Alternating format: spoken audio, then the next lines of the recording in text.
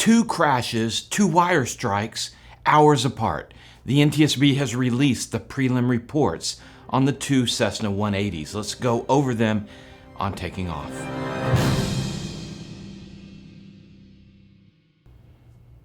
Hi, I'm Dan Milliken, and the NTSB has released preliminary reports on two different Cessna 180 crashes that happened in April, a few hours apart.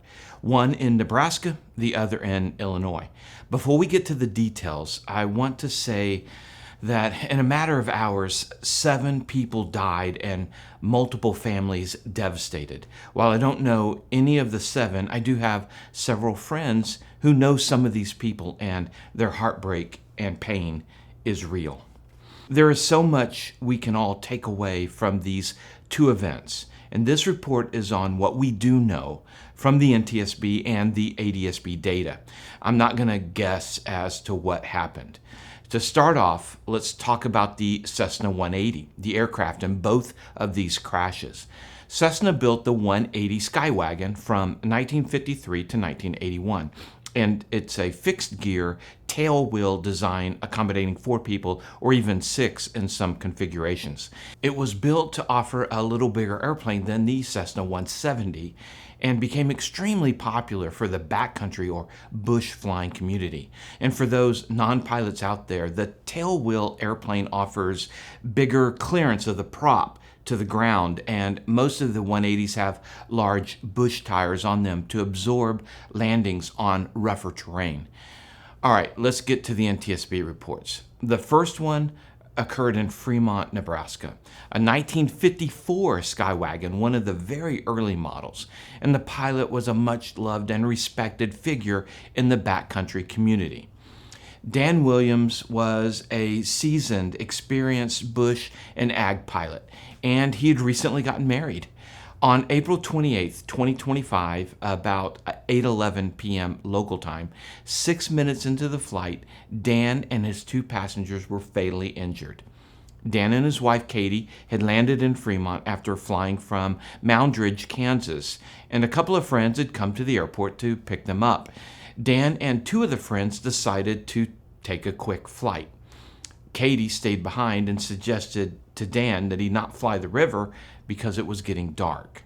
3 minutes before the crash, one of the passengers texted a friend on the river that they were flying up the river. 1 minute before the crash, the other passenger sent a Snapchat to his son. The report goes on to say that a witness saw the airplane flying low up the river. She observed the plane collide with high-tension power lines over the river. She saw part of the tail separate, and the airplane actually started to climb, but then turned and crashed into the river with a large splash. The report mentions another witness recorded the turn and descent into the water, but the video isn't included. The engine can be heard in the video. So it was running. Weather was not a factor, but it was dusk. Several social media reports say Dan was familiar with the river and where the power lines were. A GoFundMe has been set up for Katie, and I'll put a link to that in the description below. When something like this happens to such a skilled and experienced pilot, it's incredibly sobering.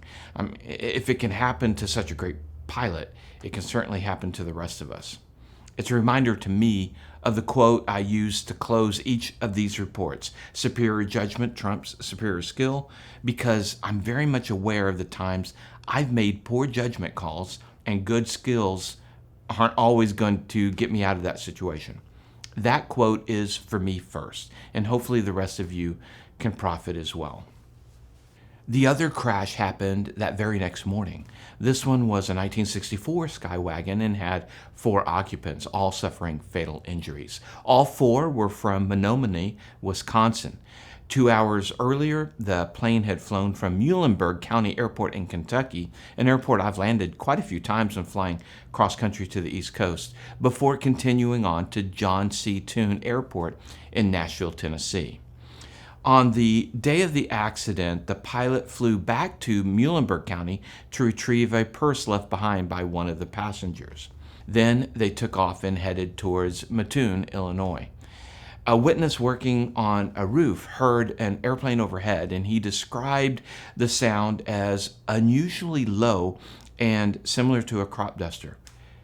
The airplane noise increased as if the airplane was attempting to climb. He then heard an explosion and observed a fireball beyond the tree line. The witness said that it had recently stopped raining, but it was still misting at the time of the accident. What isn't clear in the prelim report is if the witness only heard the airplane engine or if he actually saw the airplane. The report goes on to say surveillance video nearby showed overcast clouds and light rain. The airplane crashed 8 nautical miles south of Coles County Airport in Mattoon. The crash site spread across a road extending approximately 100 feet along a 227 magnetic heading. The plane had struck power lines that were 35 feet in height. To hit the wire at 35 feet going fast enough to spread a 100-foot debris field, investigators are probably looking for causes that got them to that point. It's hard to imagine them flying 35 feet off the deck on purpose. All major components of the plane were in the debris field. The engine was partially buried in a crater about 3 feet deep and heavily damaged by the impact. I'm sure investigators will be looking to see if there were some sort of problem with the engine. The report also talks about the pilot taking on fuel at Muhlenberg County, so not sure if they're looking at fuel exhaustion or starvation at this point. There has been a history in the older model 180s of the rubber fuel bladders developing wrinkles that could partially obstruct the fuel lines, but by the 1962 model, they had improved that fuel system. The private pilot did not hold an instrument rating. An initial review of his logbook revealed 300 hours of flight time as of October 2024.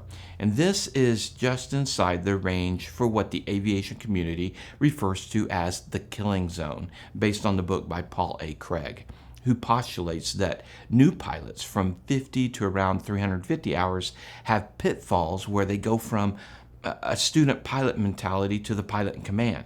It's marked by inexperience combined with overconfidence.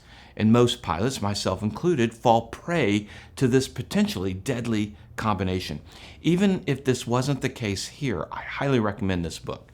Solutions for pilots in the killing zone include continuous learning and training, recognition of the overconfidence, and making better aeronautical decisions.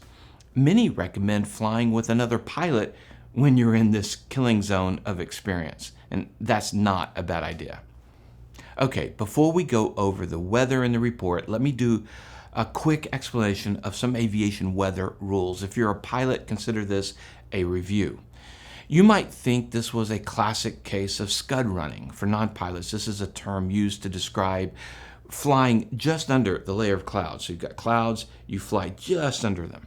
If you're flying visual and not on an instrument flight plan, you're not supposed to fly in the clouds or where you would lose visual reference. So pilots flying VFR or visual flight rules, when the ceilings start getting low, they'll try to stay as high as they can, but then you can run out of altitude. The ceiling's lower or the ground rises and eliminates the ability to stay visual. Also, depending on the airspace you're flying in, you're supposed to fly keeping a specific distance from the cloud layer to stay legal. If you're in what's called Class E airspace, generally 1,200 feet above the ground and up, you have to maintain 500 feet below the cloud layer. If the cloud layer is at 2,000 feet and the elevation on the ground is, say, sea level, then you can fly up to 1,500 feet and be legal. Now, if you're flying below 1,200 feet above the ground during the day, generally speaking, it's called Class G airspace, and you just need to be clear of clouds. There's also visibility requirements in these airspaces. 3 miles in Class E and 1 mile in Class G. You need to be able to see that far at least. All right, here's the weather according to the NTSB. The lowest cloud ceiling in the area was broken at 500 feet AGL or above the ground. A broken layer, according to the FAA, is where the cloud coverage is 5/8 to 7/8. Overcast is 8 of 8, so it's solid. The report continues, temperature was 13 degrees Celsius. A standard drop is 2 degrees for every 1,000 feet, so at 3,000 feet, it could possibly be 7 degrees, maybe. There's all sorts of conditions that can apply. There was no mention in the report of any air mets for low-level icing. Winds were 19, gusting 22 out of 310. Visibility was okay at 8 miles. Now, to fly in the clouds, you need an instrument rating, the aircraft to be instrument rated, and you need to file an IFR flight plan. This pilot was not on an IFR plan and was not IFR rated. He needed to have been flying no higher than 499 feet with that 500-foot cloud ceiling. And let's look at the ADSB. For most of the hour-long trip, he was flying low, around 1,900 feet. Now, that's GPS. Odds are he was flying at an indicated 2,000. At 17 minutes before the last data point, he was at 1,900. And then 3,100 feet 17 minutes later before data ends. And looking closer at the data, it's not necessarily a steady climb up. There's ADSB data missing. The next to last ping was heading 350 northwest at 1,900 feet, and then the last ping at 17 minutes later, he's showing heading of 062 northeast at 3,100 feet and 90 knots. And I wonder how accurate that ADSB last ping is. It's such an outlier. Some might wonder if the pilot turned off the ADSB to fly into IMC conditions. If he did that, it would be a violation of FAR 91-225. While ADSB was not required in the airspace he was flying, if an airplane is equipped with ADSB, it has to be operated. And many backcountry pilots who rarely or never fly into airspace that requires ADSB might never put the equipment on the plane to begin with. But we know this plane did have ADSB, and it could be a recording glitch of the ADSB station. We just don't know. He crashed, leaving a debris field strewn in a heading of 227 southwest. And I'm not sure if the NTSB will have the 17 minutes of missing flight-aware ADSB data, but if they do, that'll be valuable information in determining a probable cause of this crash.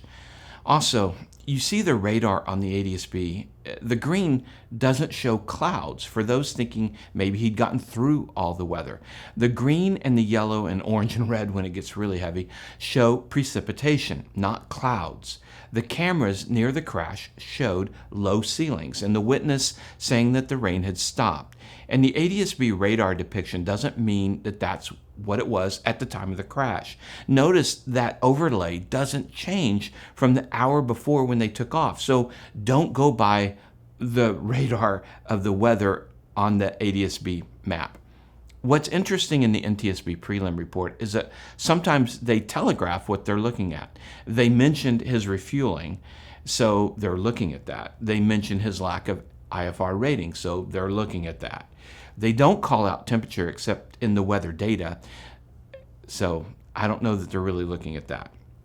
In summary, according to the NTSB Prelim report and the ADSB data, they had 500-foot ceilings and a climb to 3,100 feet, or at the least, they were cruising at 1,900 feet.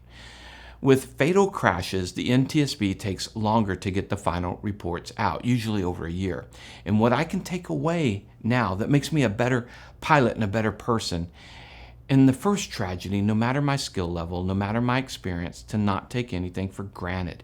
Aviation is extremely unforgiving, and I have to make good judgment calls every time. It's a tragic reminder to me. In the second case, a VFR pilot flying on a day that had a lot of rain and clouds, it's a reminder that I don't have to make that flight at that moment. I can wait on the ground where it's safe.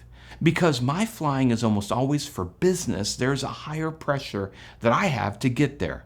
And after getting myself in a situation I never want to get myself into again a couple years ago, I created a new personal policy. Before each flight, I text a couple of my pilot friends a little worksheet that I made up of what I'm going to do if I first have problems at the departure point with the airplane or the weather or whatever, and a plan for problems en route. This way, I already have Plan B ready to go, and it takes some of the get-there-itis pressure off of me. And I highly recommend doing this if you're prone to get-there-itis as I am. That's our report. Don't forget to check out the link to the GoFundMe for Dan's widow. And I also have my sponsors listed in the description as well, like Clemens Insurance. They're brokers that go to bat for you at clemensinsurance.net. I appreciate you guys watching. If you want to see our other report, you can check it out right here. And always, remember, superior judgment trumps superior skills. Stay safe.